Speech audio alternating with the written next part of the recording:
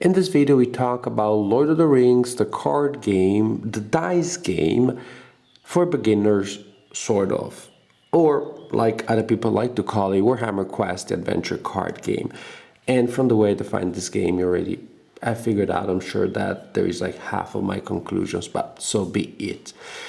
Warhammer Quest Adventure Card Game is a cooperative card game based on the Warhammer universe, which is a universe that I know from other games as the setting for other games. It's not one that I'm super fond of, meaning one that I have nothing against, but not one that also is a reason of interest for me intrinsically, one that I just get excited when I hear that there is a new game set in. For other players, it is a universe that has much more intrinsic interest, but I'm still curious about the game, mainly because it's a cooperative game, I like those, and because it can be played solo, and it seemed to be a small game that I could carry with me, so it would make for a good travel game.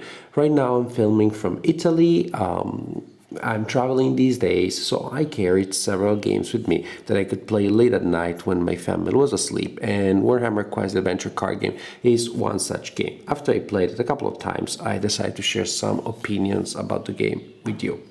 In this game, players control heroes. Each hero has a main card showing the hero, adding some characteristics in some versions of the character. The characters exist in several versions, and giving you the number of health points, hit points, life points, whatever you want to call them, that the hero has.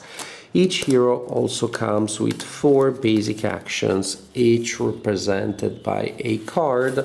And simply, when it is your turn, you will activate your hero to perform actions indicated on the cards. You choose a card, you perform the corresponding action. Some game effects will also force you to exhaust an action, but each hero also has an action with this symbol here, which refreshes itself and the other actions of the hero.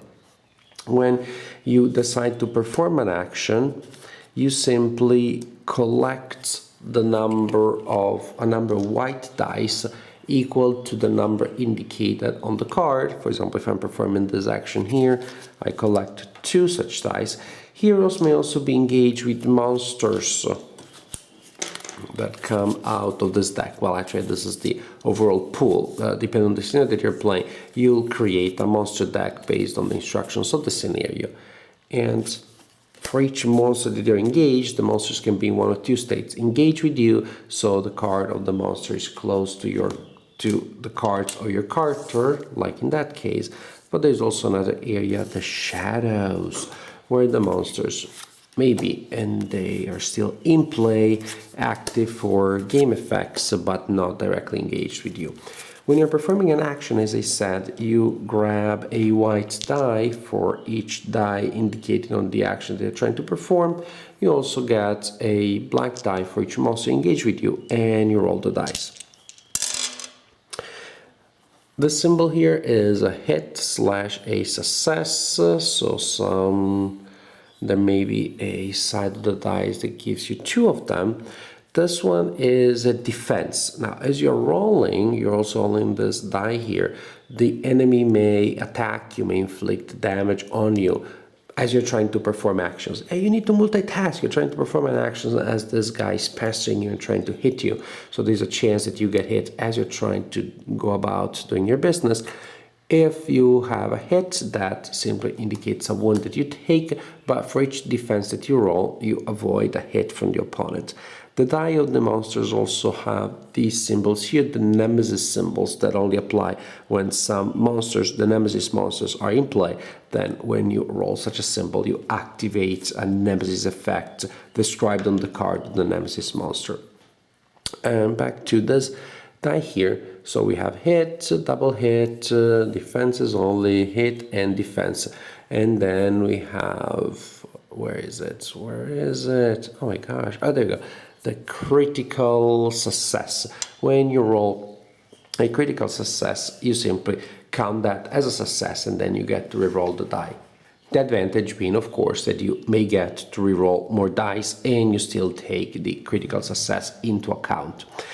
What the hits slash successes mean depends on the action that you're trying to perform. For example, if you're exploring and there will be location cards in play that you're trying to fully explore to move on to the next location. When you're exploring, successes are progress tokens that you place on the location that you're exploring. When you're attacking, successes are hits that you inflict on the opponent and things like that. So this is the basic idea, this is the basic engine of the game, at least when it comes to what you're doing.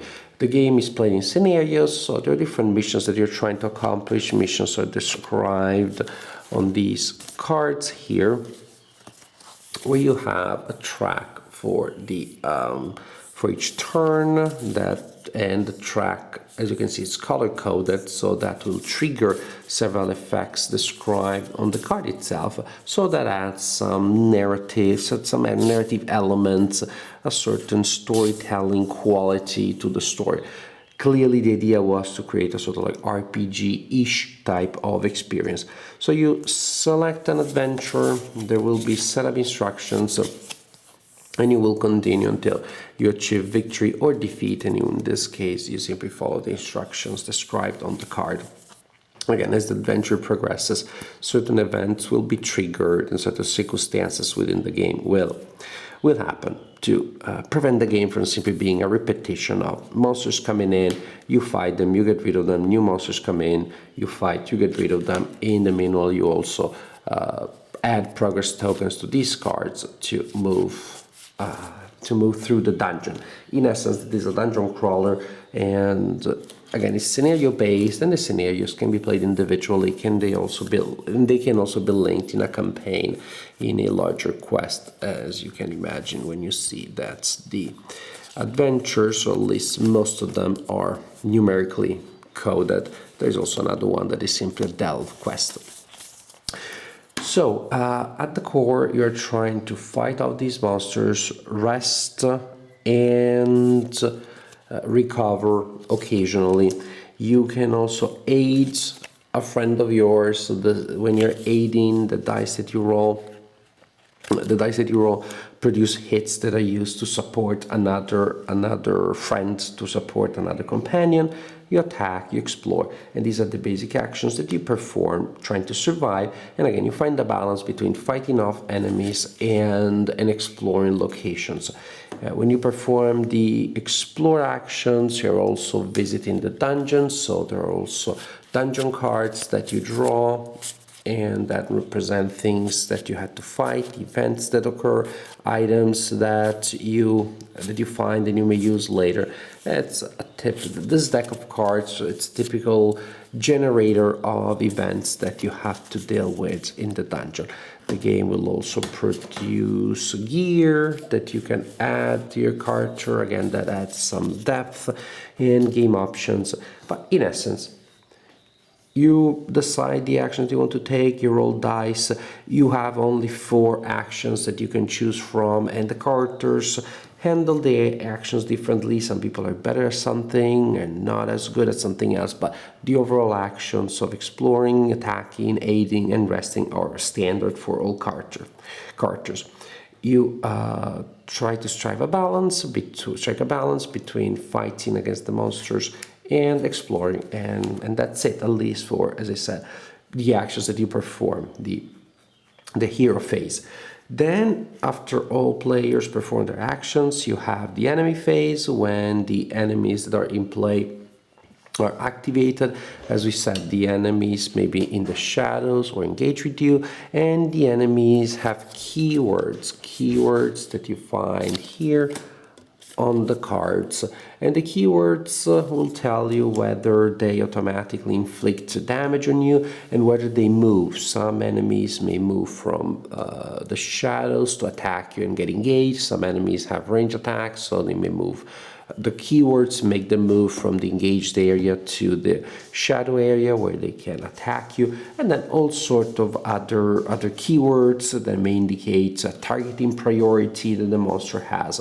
So during the enemy phase, you simply activate all the monsters that you have to deal with, and you activate all of the keywords that are indicated there, resolve the effects, and that's it. Then you have the location phase, which is when the party may travel to a new location in case the present one has been fully explored. Finally, you have the peril phase, which is simply when you adjust the peril, and that means when you progress on this track here, and when you activate possible other peril effects, and you continue like this turn after turn until either you win or you lose based on the victory conditions or defeat conditions for the scenario that you're playing. This is the game. In essence, this is the game. Players of Lord of the Rings, the card game, will have spotted considerable similarities between this game and that one.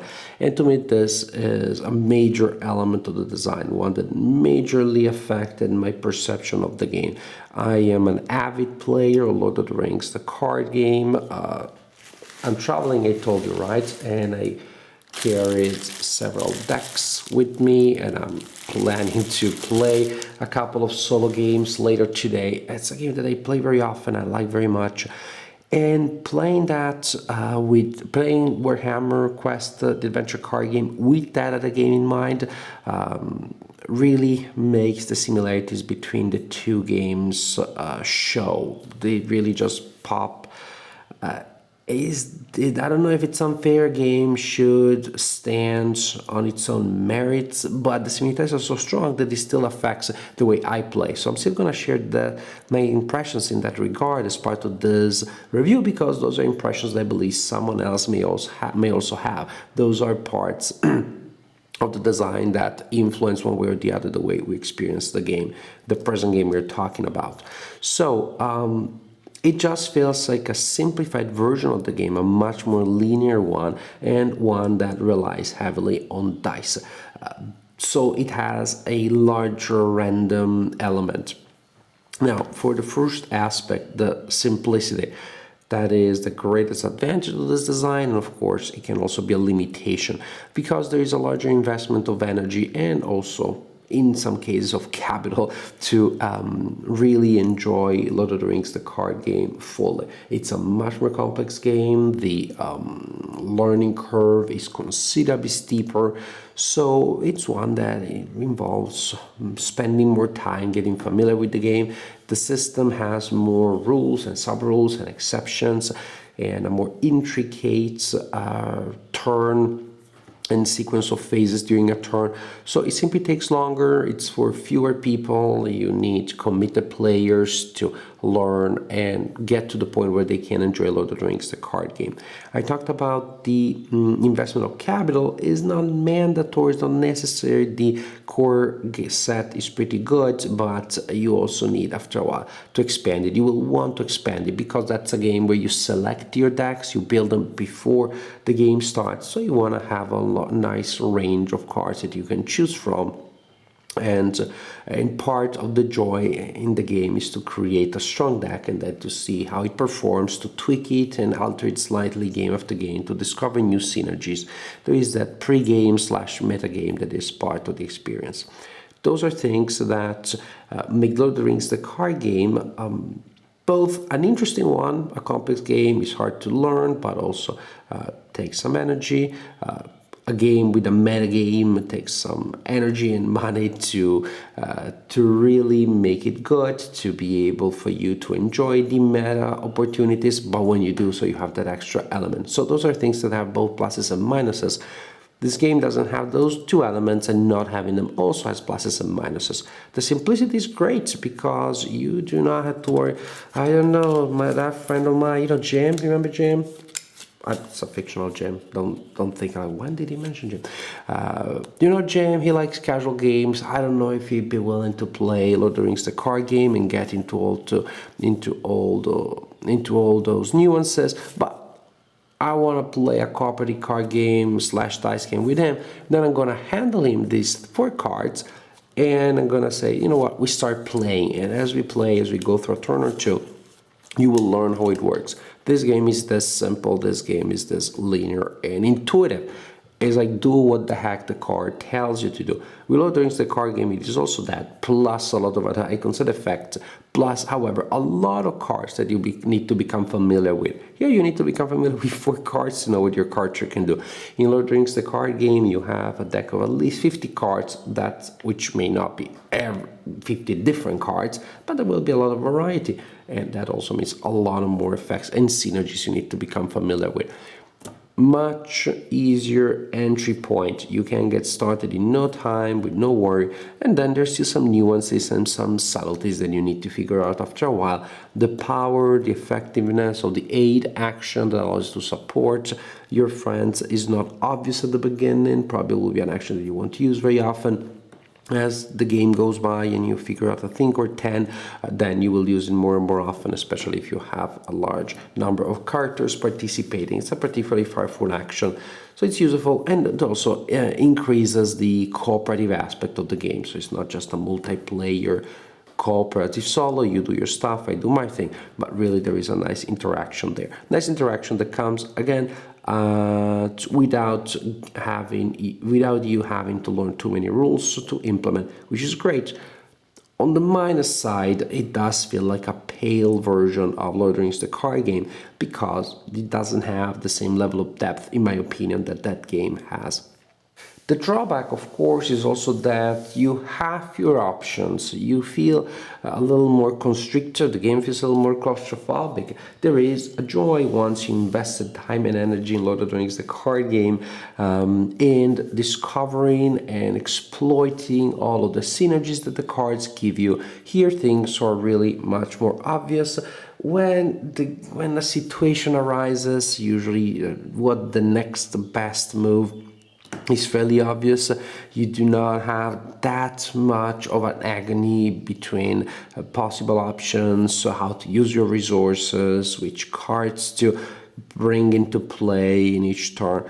The linearity, the simplicity, which is one of the blessings of the game, it is also to me one of its drawbacks, or at least not a major one. I still like simple games, I still like easy games, and probably this one I would appreciate more, again, if it was a game that I could just perceive as its own rather than a simplified version of Lord of the Rings, the card game. So in general, I would prefer to play that game when I'm playing solo, so I have just as much time as I want. I am familiar with the system. I don't need to introduce myself to the system. I already spent a lot of time building decks and becoming familiar. So when I want to play a game with an exploration adventure, a delve element, a fantasy theme, and some interesting narrative elements, then I will go for Lord of the Rings, the card game, easily.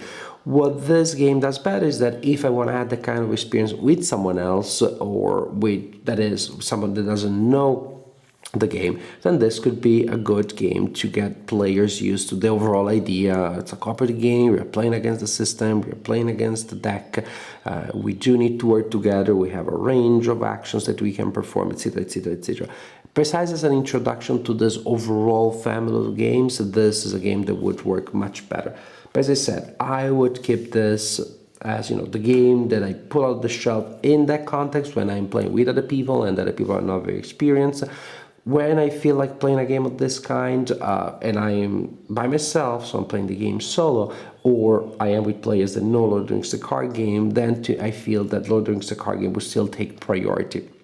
This game is simply one that is good for what it is. I can't tell you it's wrong, it's bad to have an easy game that gives you fewer options, but also is more accessible. But simply, it has much less meat. And again, relative to the other game, to me, this is a game that doesn't shine as much as the other one. I was almost going to say it's not a game that shines as much as it could. No, it shines quite a bit. It casts some light. It's a design that has a shininess to it. It's a design that is tight, that is very clearly, this is a system that has been well tested, has been tweaked. It is a system that has a lot of nice angles and interesting moving parts. Not many of those, but the ones that are there move well. The machine is well oiled, and that is great. It's simply not a machine that allows you to perform many things, to get a lot out of it. It has a nice narrative, it has an interesting theme, the atmosphere, the flavor of the theme is a good one. And even though I'm not intrinsically a fan of Warhammer, not a player that seeks Warhammer experiences for the sake of it, I like the grim, the dark elements, the grim, dark tone of the art and the story and the game effects, which is something that you do not have always in Lord of the Rings, the card game. So a lot of good things about this game. The atmosphere, the theme, the simplicity. The drawback to me is that, again, the space of decisions is not just one that is very large. The replay value is there, but not one that is huge, at least when it comes to this basic set, because you will get to encounter all of the monsters quite soon. And again, your character will be able to perform the same range of actions every time, not much more. There are rules that allow you to link the campaign, link the scenarios in a campaign, so that certain things will carry over, that will add, will change some things, will add some variety to the experience. But overall, the experience feels to me like repetitive, maybe too strong of a word, but it's a very strong family resemblance from game to game, one that is much stronger than in other games, such as, I don't know, for example, maybe I'll mention for the first time in this review Lord of the Rings, the card game. Just more variety. And again, usually I think it's unfair to characterize a game in a comparison with another game. But when two games do feel like fraternal twins, I think I'm not going to be the only one that sees the similarities, that sees one game in light of the other. So I think it's fair to include a strong comparison with that of the game in the assessment. Warhammer Quest, the adventure card game, a good game that I can't criticize, because the things that I don't like particularly about this game, the lack of a large range of decisions, for example, is not a flaw. It is a simple characteristic that is there by design. It clearly was the intention of the designer to give you a game that was easy to get started with and did not overwhelm you with options. So it is not a flaw per se. It's a characteristic that, however, is not one that I'm all that interested in, when the other game, the sister game, the older sister game, is one that I like so much, I'm familiar with, I'm able to play easily. I'm past the steep learning curve. So to me, in truth, playing that game is as simple as playing this one. It's just that the other game gives me much more. If you haven't played either of the two games, then I would say start with this one. It's a pretty fine and fun game, and then maybe you may choose to upgrade to the other more complex game. If you are now familiar with Lord of the Rings, the card game, it's second nature to you. You play it easily, smoothly, you invested a lot. I'm not 100% sure that you need this one, unless you have that friend that you wanted to introduce to Lord of the Rings, the card game, and were afraid of doing so because you thought the friend who is not a strong gamer may be traumatized. Then if all of the above applies to you, if you're in that very specific situation, Warhammer Quest, the adventure card game, may be simply the best way for you to introduce them to this style of game, and then maybe to later lead them on to Lord of the Rings, the adventure card game. Lord of the Rings, the card game. But Warhammer Quest, the adventure card game, a game that per se is perfectly fine. It's just a game that for me is very hard to judge per se by itself, without the comparison with, well, by now you know which one. By now you know which game.